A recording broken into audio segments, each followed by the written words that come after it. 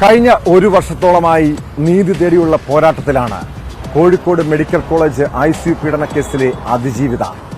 Case അട്ടിമറിക്കാനുള്ള പല ശ്രമങ്ങളും പ്രതിയെ സംരക്ഷിക്കാനുള്ള നീക്കങ്ങളും നടക്കുന്നുണ്ട്. അതിനിടെ അതിജീവിത പോലീസ് കമ്മീഷണർ ഓഫീസിന് മുന്നിൽ സമരം തുടങ്ങി. ഡോക്ടർ KV പ്രതിക്കെതിരെയുള്ള അന്വേഷണ റിപ്പോർട്ട് ലഭ്യമാകണമെന്ന് ആവശ്യപ്പെട്ടാണ് സമരം.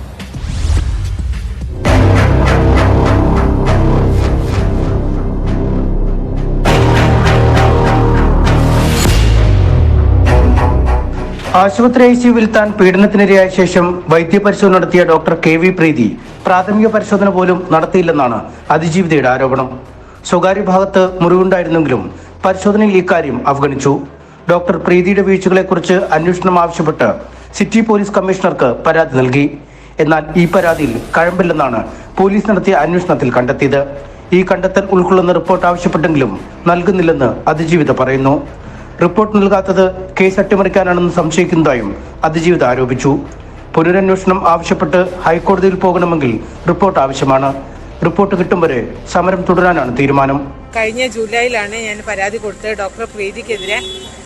അതിൻ്റെ അന്വേഷണ റിപ്പോർട്ട് ആവശ്യപ്പെട്ട് ഞാൻ ACP മുതൽ വിവരാവകാശ കമ്മീഷൻ വരെ പോയി. DGPക്കും ADGPക്കും കമ്മീഷണർക്ക് തന്നെ പലതവണ ഞാൻ അപേക്ഷ കൊടുത്തിട്ടുള്ളതാണ്.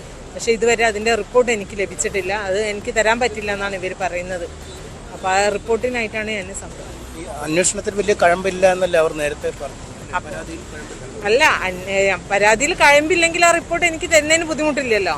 ആ റിപ്പോർട്ട് എനിക്ക് തരട്ടെ, അപ്പോൾ അതിൽ കഴമ്പുണ്ടോ ഇല്ല എന്നുള്ളത് നോക്കാമല്ലോ. ഈ പ്രീതിക്കെതിരെ ഇങ്ങനെ ഒരു പരാതി കൊടുക്കാൻ എന്തായിരുന്നു? അവർ ഞാൻ പറഞ്ഞ കാര്യങ്ങളൊന്നും രേഖപ്പെടുത്തിയിട്ടില്ല. പിന്നെ അതുപോലെ തന്നെ ഒരു ശാസ്ത്രീയമായിട്ടുള്ള ഒരു പരിശോധന നടത്തിയിട്ടില്ല. അപ്പോൾ ഇങ്ങനെ ഒരു പീഡനം നടന്നിട്ടില്ല എന്നുള്ള ഒരു റിപ്പോർട്ടാണ് അവർ കൊടുത്തിട്ടുള്ളത്. അതിജീവിതയെ പിന്തുണച്ച മെഡിക്കൽ കോളേജിലെ സീനിയർ നഴ്സ് PB അനിതയെ ഇടുക്കി മെഡിക്കൽ കോളേജിലേക്ക് സ്ഥലം മാറ്റിയിരുന്നു. കോടതി ഉത്തരവുണ്ടായിട്ടും തിരികെ കോഴിക്കോട് മെഡിക്കൽ കോളേജിൽ പുനർനിയമനം നൽകിയതുമില്ല. സൂപ്രണ്ട് ഓഫീസിന് മുന്നിൽ 6 ദിവസം സമരം നടത്തിയതിനെ തുടർന്നാണ് അനിതയ്ക്ക് മെഡിക്കൽ കോളേജിൽ നിയമനം നൽകിയത്. കഴിഞ്ഞ വർഷം മാർച്ച് 18-നാണ് ശസ്ത്രക്രിയ കഴിഞ്ഞ് അബോധാവസ്ഥയിലായിരുന്ന യുവതിയെ ജീവനക്കാരൻ പീഡിപ്പിച്ചത്.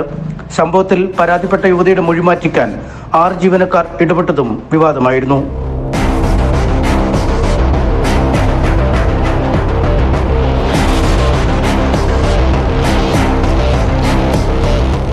ന്യൂസ് 18 കോഴിക്കോട്.